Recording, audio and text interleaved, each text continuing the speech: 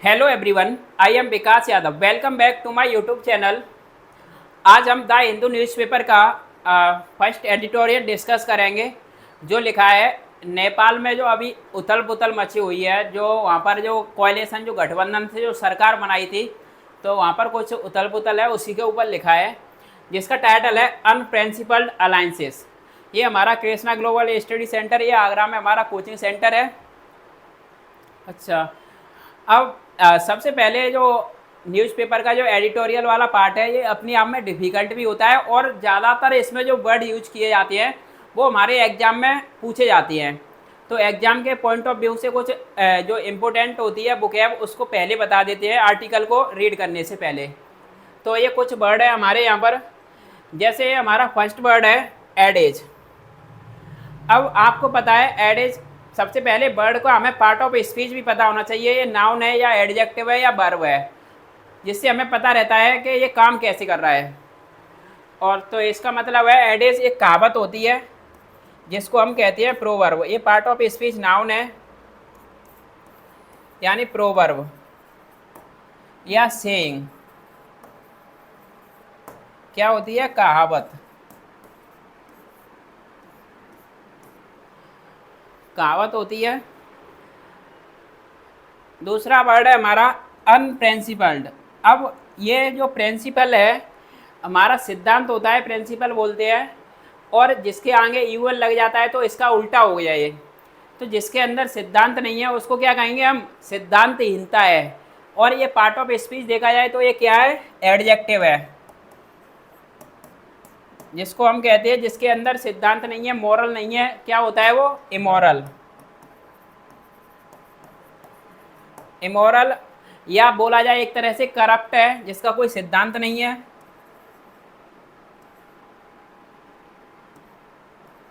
और क्या होता है, एक डिसऑनेस्ट को भी कह देते हैं हम, बेईमानी जो करता है, बेईमान होता है, डिसऑनेस्ट। ठीक। एक वर्ड है हमारा इनकम्बेंट। अब इनकम्बेंट जो वर्ड है हमारा, ये होता है जो पावर या सत्ता में जो होता है उसको कहते हैं इनकम्बेंट। अभी हमारी जैसे सत्ता है किसकी है, बीजेपी की, यानी मोदी जी के पास क्या है, अभी पावर है, तो वो किस में है, पावर में या पोजीशन में। तो ये क्या होता है, इनकम्बेंट का मतलब है किस में, इन अ पावर या पोजीशन।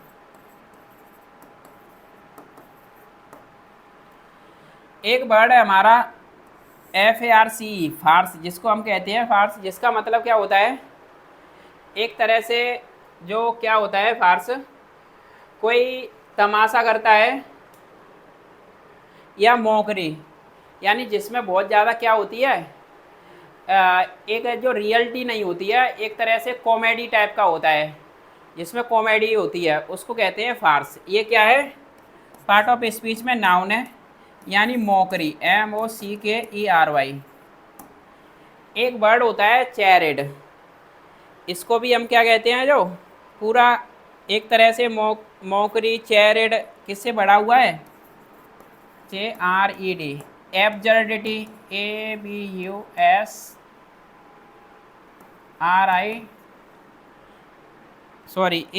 ABSUR, एब्सर्डिटी होती है, ABSURDITY। एब्सर्डिटी का मतलब होता है जो भद्दापन है, जिसमें एक तरह से कॉमेडी कैसी होती है, जिसमें हंसी मजाक सा चलता है, किसी ने कुछ बोल दिया, किसी ने कुछ बोल दिया, तो उसी को हम कहते हैं फार्स है। ये व्यंग से भरी हुई है पूरी, उसको कहते हैं हम क्या, फार्स। एक तरह से इसका बोला जाए तो इसका हिंदी में मतलब होता है तमाशा। कहते नहीं आप तमाशा कर रहे हो, तो उसको हम कहते हैं फार्स। फॉर गॉन, देखो फॉर होता है किसी के सामने, गॉन मतलब पहले से ही। तो जो पहले से ही चला गया है, या पहले से ही वो जो चीज़ हमने निर्धारित कर दी, पहले से ही उसके बारे में पता है, प्री डिटरमाइंड है वो चीज़, या अनअवॉइडेबल है, पहले से ही वो हो गई है, उसको टाला नहीं जा सकता है, इनएविटेबल, ये सब क्या है, इसके सिनोनियम है। ये पार्ट ऑफ स्पीच क्या है इसका, ये एडजेक्टिव है। क्या है ये, एडजेक्टिव है, यानी क्या है वो, पूर्व निर्धारित, यानी pre determine. DETERMINED, pre determine है या इनएविटेबल है? INEVITABLE,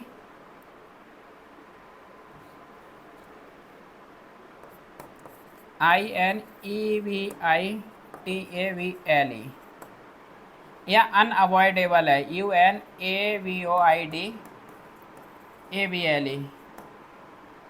हिंदी में हम इसको बोल सकते हैं क्या है? फॉरगॉन का मतलब होता है पूर्व निर्धारित,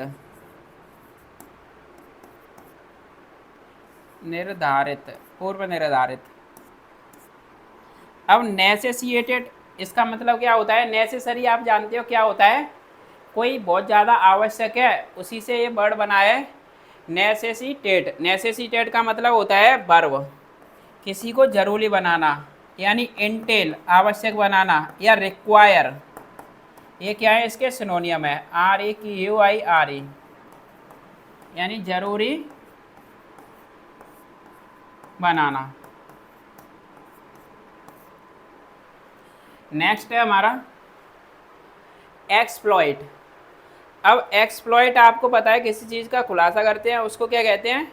एक्सप्लॉइट, या किसी चीज़ का ज़्यादा से ज़्यादा यूटिलाइज करना। एक्सप्लॉइट क्या होती है? ये वर्ब होती है, यानी लाभ उठाना, यूटिलाइज करना, UTILIZE, इसको हिंदी में कहते हैं लाभ उठाना।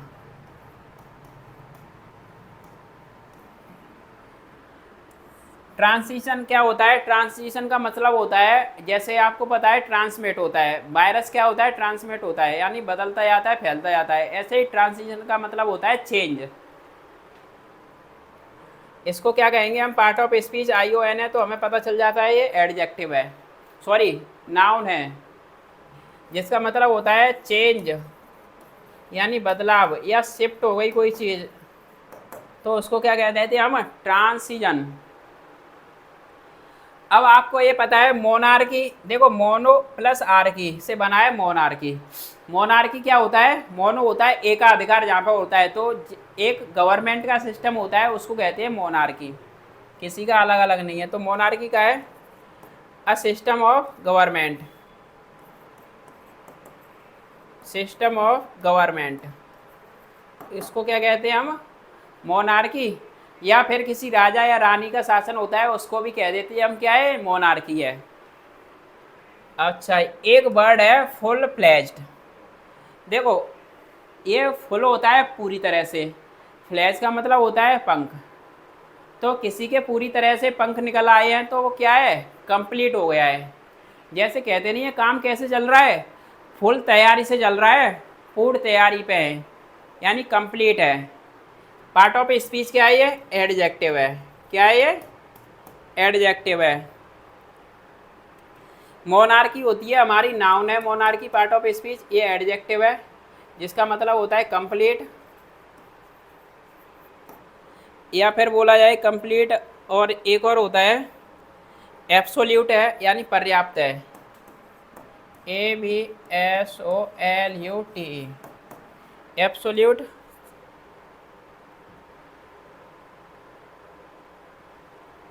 अब देखो ओवरथ्रो, एक वर्ड है ओवरथ्रो। अब थ्रो कर दिया आपने, फेंक दिया, ऊपर से क्या कर दिया? ओवरथ्रो कर दिया, यानी उसको उखाड़ करके फेंक दिया, उसको कहते हैं ओवरथ्रो। ओवरथ्रो क्या है हमारा? पार्ट ऑफ स्पीच में वर्ब है उखाड़ फेंक देना। टॉपल अपेंड, जिसका मतलब होता है TOPPLE, टॉपल कर दिया, या अप एंड। अप एंड होता है किसी चीज़ को उखाड़ कर फेंक देना, इसको कहते हैं उखाड़ फेंकना।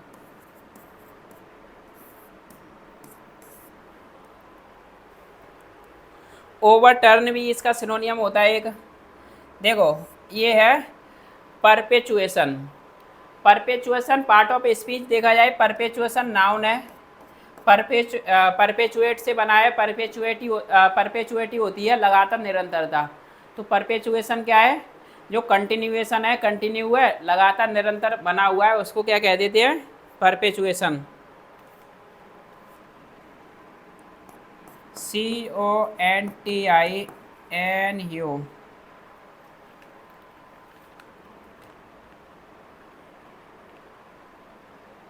NUATION, कंटिन्यूएशन होता है जिसके अंदर क्या है, निरंतरता है।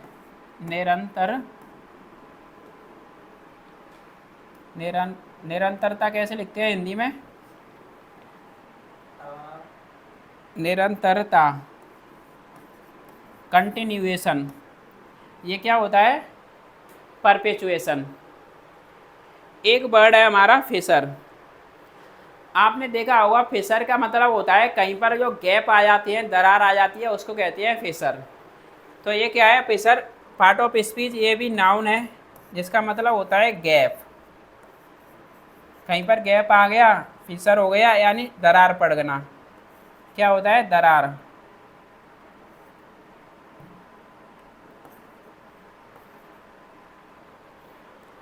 फिशर का मतलब है दरार, इसको हिंदी में कहेंगे दरार। और एक और वर्ड आपने सुना हो, CHASM, चाम जिसको कहते हैं हम, ये भी दरार होती है। अगला वर्ड है हमारा डिसइल्यूजनमेंट। अब देखो, आपने किसी का मोह भंग कर दिया तो क्या कर दिया? डिसइल्यूजनमेंट कर दिया। या किसी को आपने उदास कर दिया, मोह भंग करना डिसअपॉइंटमेंट होता है एक तरह से, ये भी क्या है? डिसइल्यूजनमेंट है। जैसे एक वर्ड है डिसइंचांटमेंट या डिससेटिस्फैक्शन। पार्ट ऑफ स्पीच क्या है? ये नाउन है। ION लग जाता है या ENT लग जाता है, जिसके लास्ट में वो क्या होते हैं? नाउन होते हैं वर्ड। DISENCHANTMENT। देखो, इंचांट कर रहा है कोई, मतलब जाप कर रहा है, जप रहा है, अपने ध्यान में है। आपने क्या कर, उसको डिसइंचांट कर दिया, यानी उसका मोह भंग करवा दिया।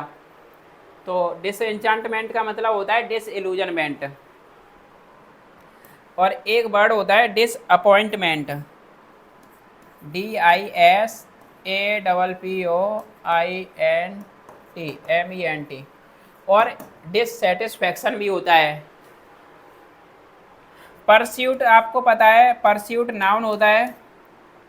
किसी चीज़ के लिए आपको बहुत ज़्यादा भूख है, आप उसका पीछा कर रहे हो, परस्यू कर रहे हो, उसको कहते हैं परस्यूट। यानी क्वेस्ट, प्यास होती है, या किसी का पीछा करना चेस होता है। आप किसी के पीछे पड़ गए हो तो उसको क्या कर रहे हो? परस्यूट कर रहे हो। देखो, बेटर ऑफ और worse off, better off worse off, इन दोनों का मतलब क्या होता है? जो पहले से ज़्यादा क्या है? बेटर है, बेटर ऑफ है। यानी बेटर देन बिफोर, पहले की तुलना में क्या है? बेटर है। ऐसे ही वर्स ऑफ का मतलब क्या होता है?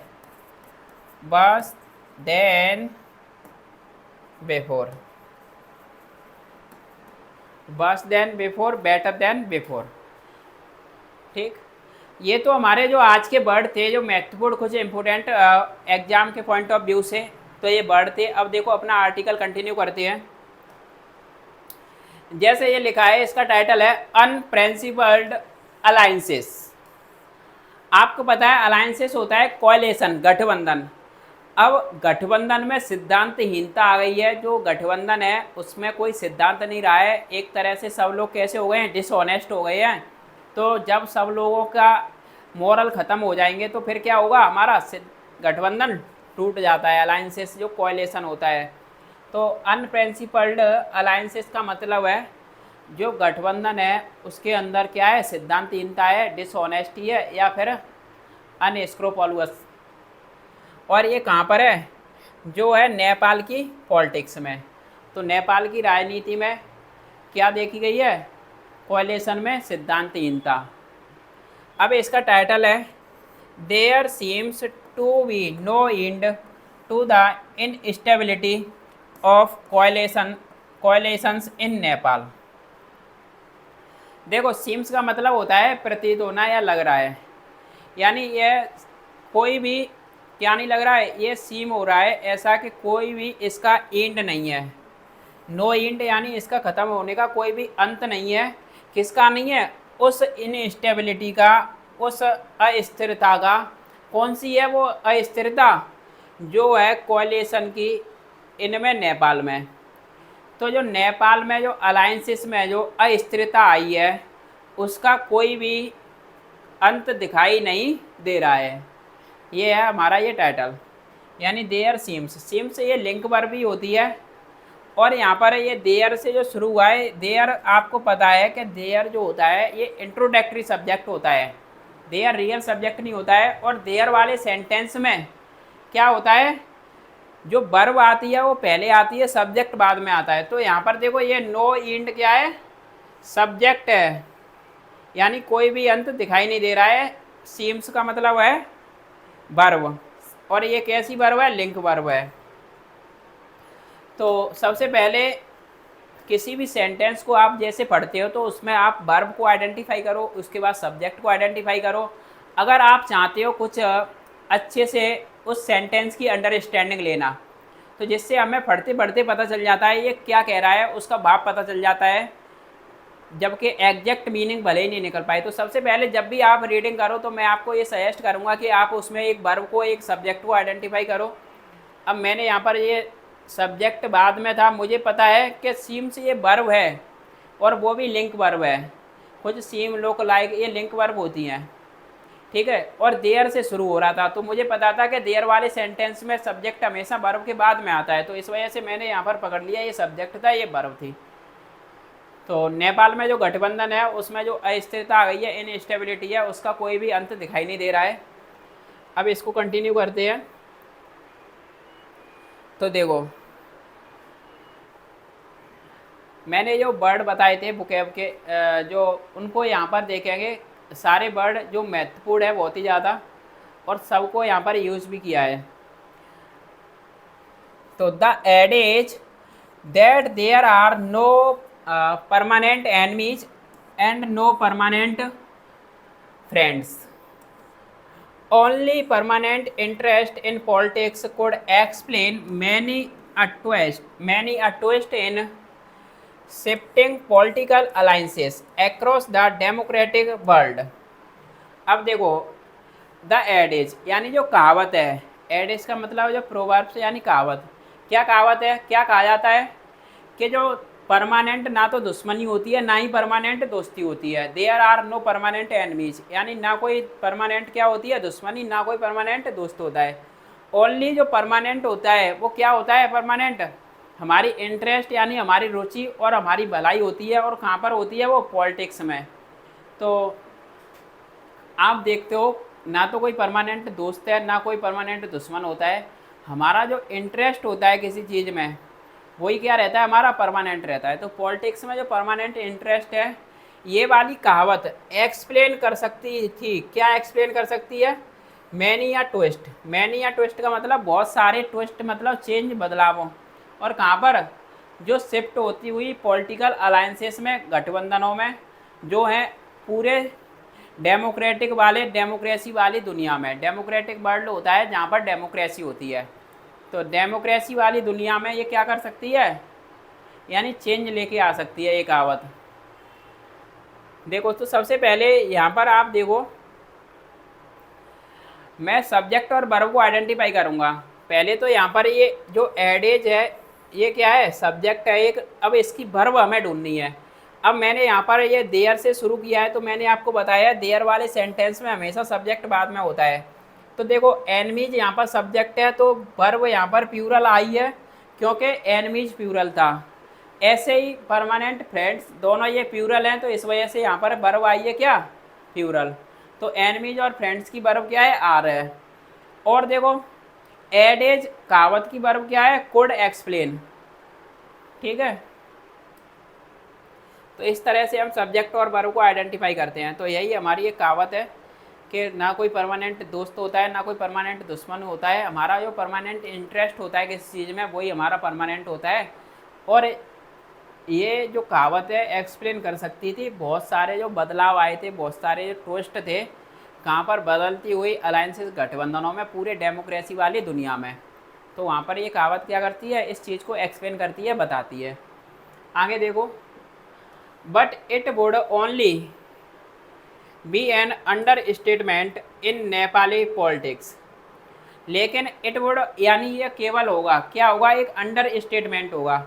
देखो, कोई चीज़ बहुत ज़्यादा क्या है, बड़ी है, लेकिन आप क्या कर रहे हो, उसको अंडर स्टेटमेंट ले रहे हो, उसको बहुत ज़्यादा कम बता रहे हो, बड़ा चढ़ा के नहीं बता रहे हो। और कहाँ पर है ये, नेपाली जो पॉलिटिक्स में है, नेपाली जो राजनीति में है। तो ये केवल नेपाली की जो राजनीति में है, इसको क्या है, ये अंडर स्टेटमेंट है। वहाँ पर चीज़ें बहुत ज़्यादा ख़राब हो गई हैं, फिर भी अभी क्या ले रहे हैं, वहाँ पर हल्के में ले रहे हैं, ऐसा कहते नहीं है। तो वही है यहाँ पर। और where the art of coalition making has for long been a farce. तो फार्स का मतलब मैंने क्या बताया था आपको, अभी देखो, फार्स का मतलब होता है एक कोई चीज़ क्या हो गई है, बहुत ज़्यादा तमाशा बना के रख दिया किसी चीज़ को, यानी मौकरी, एक तरह से कॉमेडी टाइप को, उसको कहते हैं फार्स। तो ये क्या कह रहा है, जहाँ पर जो गठबंधन को बनाने की जो आर्ट है, जो कला है, वो हैज बीन रही है बहुत ही लंबे समय से, एक तमाशा रही है। यानी नेपाल में कोई भी आता है, गठबंधन बना लेता है, तोड़ देता है। तो ये बहुत ही लंबे समय से ये जो कोएलिशन यानी अलायंसेस बनाने की जो कला थी, वो कैसी है, रही है, एक तमाशा, एक फार्स, यानी मौकरी या फिर चैरिट। ऑन सैटरडे यानी शनिवार को incumbent Nepal prime minister Pushpa Kamal Dahal of the communist party of Nepal यानी Maoist centre predictably lost a trust vote. अब देखो, ये कह रहा है शनिवार को क्या हुआ था, जो नेपाल के जो प्राइम मिनिस्टर हैं, इनकम्बेंट यानी जो सत्ता में बैठे हुए हैं, जो पावर में बैठे हुए हैं, कमल दहल, और ये हैं नेपाल की जो कम्युनिस्ट पार्टी है माओइस्ट सेंटर, वहाँ से। तो इन्होंने प्रेडिक्टेबली यानी क्या कर दिया था, प्रेडिक्टेबली ऐसा इन्होंने खो दिया था, एक ट्रस्ट होता है वोट यानी विश्वास वोट को, एक विश्वास वोट को इन्होंने खो दिया था। किसके बाद में, after only 63 of 275 member house of representatives back them, यानी जो हाउस ऑफ रिप्रेजेंटेटिव होता है, जो संसद में बैठते हैं जो लोग, तो जो मेंबर थे 275 में से ओनली उन्होंने 63 लोगों ने उनको बैक डेम का मतलब है उनको सपोर्ट किया था, समर्थन दिया था। तो इसी वजह से जो नेपाल के जो कमल दहल थे, जो प्राइम मिनिस्टर थे, उन्होंने क्या कर दिया, ट्रस्ट वोट को खो दिया, लॉस्ट कर दिया। अब देखो यहाँ से, while 194 lawmakers voted against the motion of confidence, जबकि इसी के साथ एक 194 लॉमेकर्स होते हैं जो कानून बनाने वाले, उन्होंने वोट किया था किसके, यानी जो मोशन ऑफ कॉन्फिडेंस के खिलाफ। तो 194 लॉमेकर्स यानी कानून निर्माताओं ने तो मोशन ऑफ कॉन्फिडेंस के खिलाफ वोट किया था, और इन्हें ओनली 63 लोगों का क्या मिला था, समर्थन मिला था, जो एक माओइस्ट सेंटर से जो आते हैं कमल दहल, उन्होंने अपना विश्वास वोट को खो दिया था। अब देखो आगे, the loss was a foregone conclusion after the communist party of Nepal. अब ये नेपाल के कम्युनिस्ट पार्टी से दूसरे हैं, जो हैं unified Marxist Leninist lead by Khadga Prasad Oli, he has been made the prime minister again. देखो, इस वाली जो एमडेस से लगी हुई जानकारी होती है, इसको छोड़ दिया करो, जिससे हमें सेंटेंस को आगे से जोड़ दिया करो, जिससे हमें थोड़ी सहूलियत मिलती है पढ़ने में। अब ये देखो यहाँ से, withdraw support from the CPN MC lead government and joint hands with the opposition Nepali Congress lead by Sher Bahadur डेबुआ। अब देखो यहाँ से, जो लॉस है वो क्या लॉस था, यानी जो लॉस था वो पहले से ही, फॉरगॉन कंक्लूजन का मतलब होता है पहले से ही निष्कर्ष निकाल दिया था, प्री डिटरमाइंड निष्कर्ष था, लॉस का पहले से ही पता था। किसके बाद में? After the communist party of Nepal, यानी नेपाल के जो कम्युनिस्ट पार्टी है जिसको लीड किया जाता है केपी ओली के द्वारा। अब ये केपी ओली के बारे में एडिशनल जानकारी दे रहा है। तो केपी ओली ने क्या कर लिया था? अपना समर्थन वापस ले लिया था, विड्रॉ कर लिया था अपना समर्थन। कहाँ से? जो है सीपीएन, यानी इस वाली पार्टी में, माओइस्ट सेंटर में। पहले इन्होंने यहाँ पर अपना समर्थन दिया था, अब वहाँ से इन्होंने वापस कर लिया था। तो इस वाली चीज़ ने क्या कर दिया था? ये लॉस जो था वो पहले से ही पता था, एक तरह से फॉरगॉन का मतलब पूर्व निर्धारित निष्कर्ष था ये। किसके बाद में था ये? कि उन्होंने अपना समर्थन वापस ले लिया था, जो थी सीपीएन नाम की पार्टी, उससे। और इस गवर्नमेंट को किसने लीड किया था? जो लीड गवर्नमेंट थी, जो जिसका नेतृत्व किया था और ज्वाइन किया था इन्होंने किसके साथ में? अपोजिशन के पास में। ज्वाइन एंड का मतलब होता है किसी दूसरे के अपोजिशन के साथ जाके उन्होंने क्या कर लिया था? ज्वाइन कर लिया था। और वो अपोजिशन थी नेपाली कांग्रेस, जिसको लीड किया जाता था किसके द्वारा? शेर बहादुर डेब्यू के द्वारा। शेर बहादुर डेबुआ के द्वारा लीड किया जाता था। तो केपी ओली ने इनके साथ जाके क्या कर लिया था? हाथ में डाल लिया था, अपना समर्थन वापस ले लिया था यहाँ से, जो कमल दहन की जो पार्टी थी सीपीएन, वहाँ से। तो इस चीज़ से हमें पता चला था ये चीज़ पहले ही निर्धारित थी, ये पूर्व निर्धारित थी, ये कि लॉस होना ही है वहाँ पर। अब ये जो जानकारी थी, अब ये केपी ओली के बारे में थी। He has been made the prime minister again. जो केपी ओली थे वो क्या हो गए थे? दोबारा से प्राइम मिनिस्टर बनाए गए थे। अब देखो, mister Dahal had manage to hold as post for close to 2 years and after surviving their 3 trust votes, all necessitated by his decision to change partners। अब हुआ क्या है? जो कमल दहन थे, जो सीपीएन पार्टी के, उन्होंने बड़ी मुश्किल से ही मैनेज किया था। क्या मैनेज किया था? बनाए रखना, पकड़े रखना अपनी कुर्सी, अपनी चेयर को, अपनी पोस्ट को, यानी लगभग 4 क्लॉज 2 years, यानी 2 साल तक। और इसके बाद आफ्टर सर्वाइविंग, और आफ्टर के बाद यानी सर्वाइव करते हुए, क्या करते हुए? यानी जो 3 ट्रस्ट बोर्ड के साथ में, 3 ट्रस्ट बोर्ड। और ये सारे के सारे क्या थे? ऑल नेसेसिटेड, जो ज़रूरी बनाते थे उनके डिसीजनों को क्या करने के लिए? चेंज करने के लिए पार्टनर्स को। तो देखो अभी क्या है कि यहाँ पर नेपाल में चल क्या रहा है कि जनता को, पब्लिक को पता ही नहीं है कि आप किसको वोट दे रहे हो, क्या कर रहे हो। उन लोगों ने आपस में अपना अलाइंसेस बना लिया है और 2-2 साल वहाँ पर क्या कर रहे हैं? सरकार बना रहे हैं। 2 साल आप वहाँ पर अपनी कुर्सी पर बैठो, 2 साल के बाद मैं बैठ जाता हूँ। और क्यों हो जाता है ऐसा? कि पहले जिसने सपोर्ट किया था किसी दूसरी पार्टी को, वो वहाँ से किसी अपोजिशन वाली पार्टी को सपोर्ट कर देता है, तो फिर वहाँ पर वो क्या बन जाता है? फिर से प्रेसिडेंट, वो बन जाता है पीएम। तो यहाँ पर ये कह रहा है आर्टिकल हमारा, ये थोड़ी क्रिटिसाइज़ भी कर रहा है चीज़ों को। और अमेरिका में प्रेसिडेंशियल रूल है, तो यहाँ पर भी क्या आना चाहिए? प्रेसिडेंशियल रूल आना चाहिए। अभी अगला पैराग्राफ है। अब the CPN had formed the government after the November 2022 election. यानी जो सीपीएन है, कम्युनिस्ट पार्टी ऑफ नेपाल है, जो उसको फॉर्म किया गया था। हेड प्लस वर्ब की थर्ड फॉर्म क्या होती है? Present perfect. उसको बनाया गया था, फॉर्म द गवर्नमेंट। सरकार ने कब बनाई थी सरकार? यानी नवंबर 22 के इलेक्शन के बाद में। तो नवंबर 22 के इलेक्शन के बाद में सीपीएन जो पार्टी थी उसने सरकार बनाई थी। और किसके बावजूद? Despite finishing distant third and mister Dahal had manage to do so by exploiting the differences between the Debua lead NC and the Oli lead CPN।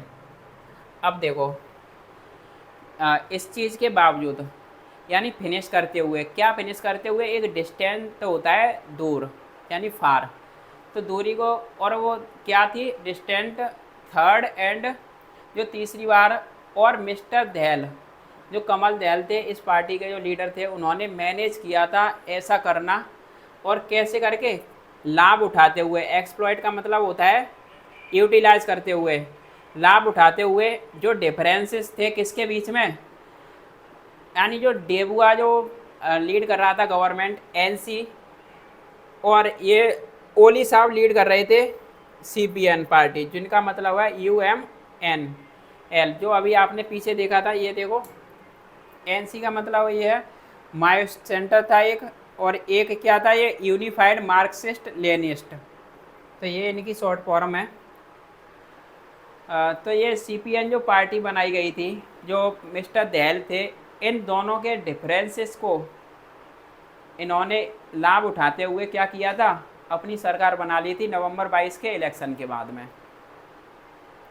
और देखो, these two parties won 89 and 78 seat respectively in 2022, यानी ये दोनों पार्टियों ने 89 और 78 seat जीती थी रेस्पेक्टिवली, यानी क्रमशः लगातार 2022 में। पहली बारी जो पार्टी थी वो कौन सी थी, एनसी, जो डेबुआ जिसको लीड कर रहा था उसने 89, और जो ओली साहब लीड कर रहे थे उन्होंने 79 सीट जीती थी 2022 में। And have now formed a coalition government with the arrangement that mister Oli and mister Deuba will share the post of prime minister each for half of the remaining term. अब देखो ये क्या कह रहा है, अब उन्होंने क्या किया, अब उन्होंने बना लिया एक गठबंधन वाली सरकार को, किसके साथ में, एक समझौते के साथ में, अरेंजमेंट के साथ में। वो अरेंजमेंट क्या था, जो था केपी ओली के साथ में और मिस्टर डेबुआ, इन्होंने शेयर किया था पोस्ट जो थी प्राइम मिनिस्टर की, तो प्राइम मिनिस्टर की पोस्ट इन्होंने क्या की थी, शेयर कर ली थी, और प्रत्येक के लिए क्या, half of the remaining term, यानी जो आधा जो बचा हुआ टर्म है, ये दोनों इसमें क्या करेंगे, शेयर करेंगे। और वहाँ पर क्या गिरा दी थी इन्होंने, जो थी ये सीपीएन जो एमसी जो पार्टी है सीपीएन वाली, उस वहाँ से सरकार गिरा दी थी, और इन दोनों ने गठबंधन कर लिया था। आगे चलते हैं। Ever since Nepal transition from an absolute monarchy to a constitutional one in 1990 and then to a full-fledged republic in 2008. Its democratic polity has been marked by instability and constant changes in power leading to poor governance। अब ये बता रहा है अभी तक जो नेपाल में transition का मतलब होता है चेंज, जो बदलाव आया था कहाँ से, एक एब्सोल्यूट मोनार्की जो एक पूर्ण गवर्नमेंट सिस्टम से, और कहाँ पर एक कॉन्स्टिट्यूशनल एक जो संवैधानिक जो था, इनमें 1990 में, तो 1990 में वहाँ से एक कॉन्स्टिट्यूशनल यानी संवैधानिक तौर से एक बदलाव आया था नेपाल में, जो चेंज आया था अभी तक। और देन तब ये क्या थे, फुल फ्लेज थे, कंप्लीट एक तरह से क्या थे, इनमें 2008 में ये रिपब्लिक हो गए थे, यानी रिपब्लिक हो गए थे 2008 में पूरी तरह से। और 1990 में क्या थे, वो एक संवैधानिक तौर पर वहाँ पर एक गवर्नमेंट का सिस्टम था, उसमें पूरी तरह से मोनार्की थी, यानी एब्सोल्यूट था। अब देखो फिर यहाँ से, अब इसका डेमोक्रेटिक जो पॉलिटी है वो रही है, कैसी रही है, बड़े ही मार्क्ड रही है, यानी उसको चिन्हित किया जाता है। चिन्हित मार्क करना, किसी चीज़ का निशान छोड़ देना या निशान लगाना, किसके द्वारा, जो है इनस्टेबिलिटी, जो है अस्थिरता, और जो कैसी है, लगातार बदलावों की पावर में, सत्ता में जो लीड की जा रही है, कहाँ पर, एक खराब प्रशासन में। अब आप बताओ 2 साल के लिए कोई बन गया, 2 साल के लिए कोई बन गया, तो इससे क्या है, अच्छा ही सरकार नहीं चलती है, तो पुअर गवर्नेंस है, वहाँ पर खराब प्रशासन है। तो ये बता रहा है, despite the institution of constitutional reforms related to federalism and guaranteed representational for marginalized forces following a civil war and the overthrow of the monarchy.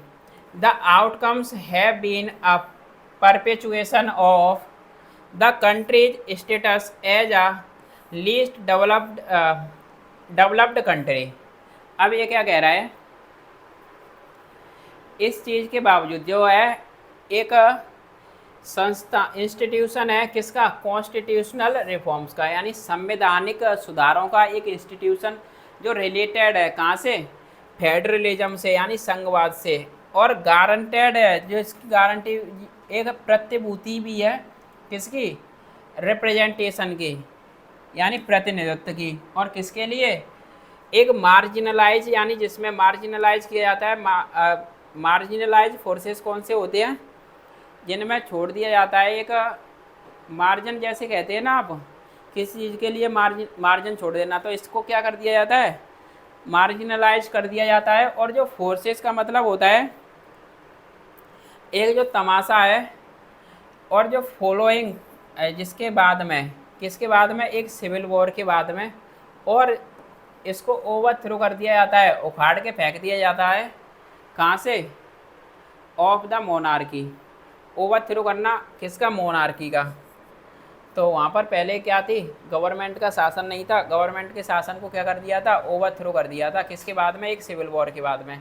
और जिस चीज़ के परिणाम क्या रहे थे, ये लगातार कंटिन्यूएशन यानी बने रहे थे। एक कंट्री का जो स्टेटस है वो कैसा है, कम से कम एक जो डेवलप्ड कंट्री है, जो विकसित कंट्री है, उसमें तो ये चीज़ें नहीं रहनी चाहिए, ये कह रहा है। परपेचुएशन का मतलब होता है लगातार। तो कंट्री के स्टेटस में क्या रहा था, जो परिणाम जो थे वो अच्छे नहीं रहे थे। और देखो लास्ट पैराग्राफ हो रहा है हमारा एक, इट इज़ क्वाइट एविडेंट, ये बिल्कुल यानी एविडेंट का मतलब होता है साक्ष्य हैं, यानी क्वाइट एविडेंट कुछ साक्ष्य हैं किसके, कि that leadership of the 3 major parties, के जो 3 मेजर पार्टीज़ का जो क्या है, लीडरशिप है, जो लीडरशिप है वो क्या दिखा चुकी है, have shown more interest in sticking to power by any means irrespective of whether they are driven by pre-poll coalition or not। यानी जो तीनों बड़ी बड़ी पार्टियों का जो मेजर है, इसको हैव शोन देखा गया था अधिक इंटरेस्ट किस में, चिपके रहना, स्टिकिंग में, यानी किस में, पावर के लिए, और बाई एनी मीन्स यानी किसी भी तरीके से, जो इरेस्पेक्टिव ऑफ एक तरह से जो है गैर रेस्पेक्टिव यानी अनैतिक तौर से, या और किसका है जो इरेस्पेक्टिव है कि वेदर के हाँ के ना, कि ये ड्रिवन जिनके द्वारा ये चलाई जा रही है, दे आर ड्रिवन जो ड्राइव कर रहे हैं, क्या, एक जो प्री पोल यानी जो पोल से पहले का जो गठबंधन है उसको वो ड्राइव कर पाएंगे या नहीं। तो वेदर और का मतलब, वेदर और नॉट का मतलब होता है हाँ या ना। तो दे आर ड्रिवन ये चला पाएंगे या नहीं चला पाएंगे। तो ये चीज़ क्या दिखाती है, ये बिल्कुल एक साक्ष्य, क्वाइट एविडेंट का मतलब होता है साक्ष्य, क्लियर।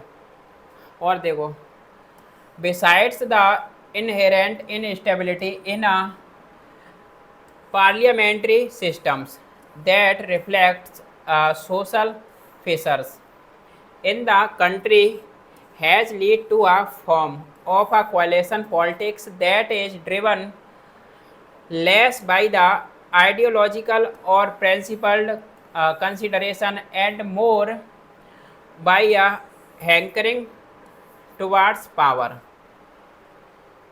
देखो अब यहाँ पर ये क्या कह रहा है, बिसाइड के अतिरिक्त, किसके अतिरिक्त, कि जो इनहेरेंट इनस्टेबिलिटी है, इनहेरेंट का मतलब होता है किसी चीज़ में अभी भी क्या है, वो समाहित है, अस्थिरता है। इनमें एक पार्लियामेंट्री सिस्टम में, जो संसद की जो सिस्टम है उसमें अभी भी अस्थिरता क्या है, इनहेरेंट है, बसी हुई है, जो रिफ्लेक्ट करती है, जो बदलती है सोशल यानी सामाजिक गैप को इनमें कंट्री में।